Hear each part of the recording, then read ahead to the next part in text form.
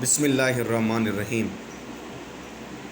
मैं Nadeem Ali Abro JEST lecture series class 6 की science है। उसमें सबसे पहला जो टॉपिक है आपका वो सेल है।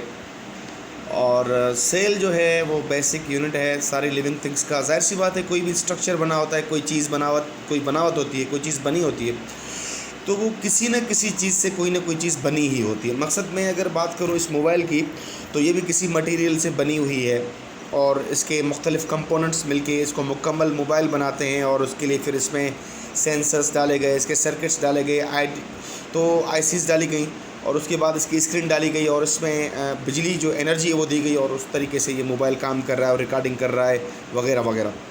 इसी तरीके से सेल की अगर हम बात करें, cell is the basic structural and functional unit of life.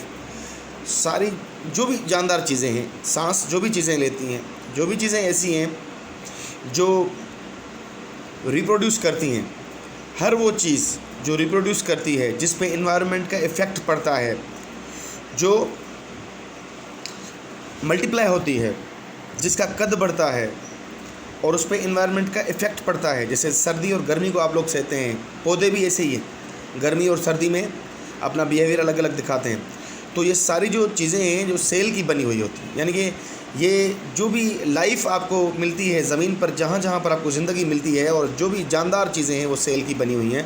और सेल इनका बेसिक स्ट्रक्चरल और फंक्शनल यूनिट है। स्ट्रक्चरल यूनिट हम इसलिए कहते हैं क्योंकि सारा जो स्ट्रक्चर है सेल का वो भी सेल खुद बनाता है, यानी कि आपकी बॉडी का जो ढांचा है वो भी सेल्स का बना हुआ है। और जो आपकी बॉडी फंक्शन करती है तो वो भी सेल्स का ही फंक्शन जो है वो बना हुआ है, या सेल्स की मदद से ही बॉडी आपकी फंक्शन कर रही होती है। तो आपका ढांचा और आपकी बॉडी जो कामकाज कर रही है वो सारा कौन कर रहा है, किसकी वजह से कर रही है? सेल्स की वजह से कर रही है। सेल को उर्दू में खुलिया कहते हैं और सिंधी में कहते हैं जीव घरड़ो। अगर जी आगे बढ़ते हैं, आगे देखते हैं हम कि यहाँ पर सेल बना हुआ है। मैंने ये एनिमल सेल बनाया है। मैं खुद भी अगर बायोलॉजी के एतबार से देखूँ तो मैं खुद भी एक एनिमल हूँ। तो ये एनिमल सेल बनाया हुआ जी।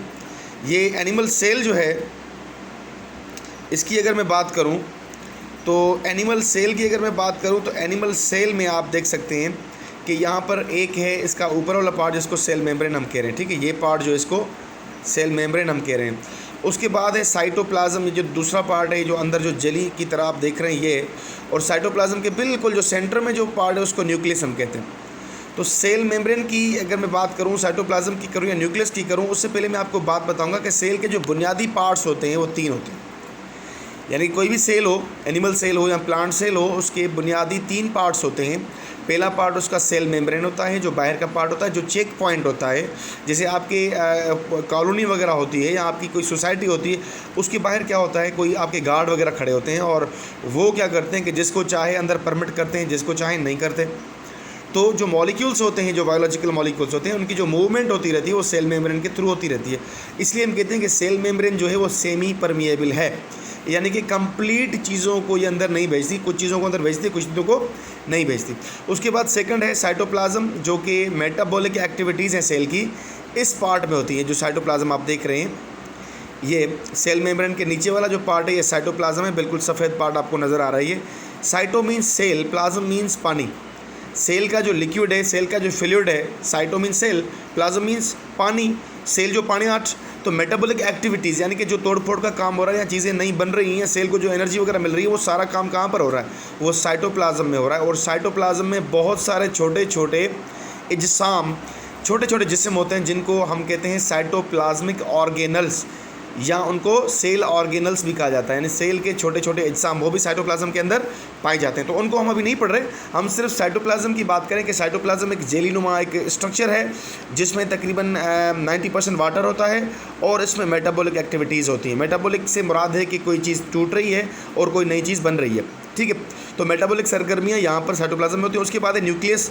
Nucleus is the third part of cell, और ये सबसे अहम पार्ट सेल का ये है कि अगर मैं आपका ब्रेन निकाल दूं और पूरी बॉडी आपके पास हो तो जाहिर सी बात है आप ब्रेन के अलावा आपकी बॉडी की जो सेंसेशंस हैं, जो आपकी बॉडी की जो हसासियत है वो ख़त्म हो जाएगी बिल्कुल। ना आपको गर्मी लगेगी, ना सर्दी लगेगी, ना आपकी जो आपको दर्द होगा, ना कुछ होगा। यानी कि अगर सर को काट दें, हम आपके धड़ से अलग कर दें, आपके सर को आपकी बॉडी से अलग कर दें, तो क्या होगा कि आपका जो ब्रेन है, आपका जो दिमाग है वो पूरी बॉडी से कट जाएगा, तो आपको कोई सेंसेशन वगैरह नहीं होगी। अब ख़त्म हो जाएंगे बिल्कुल, ठीक है।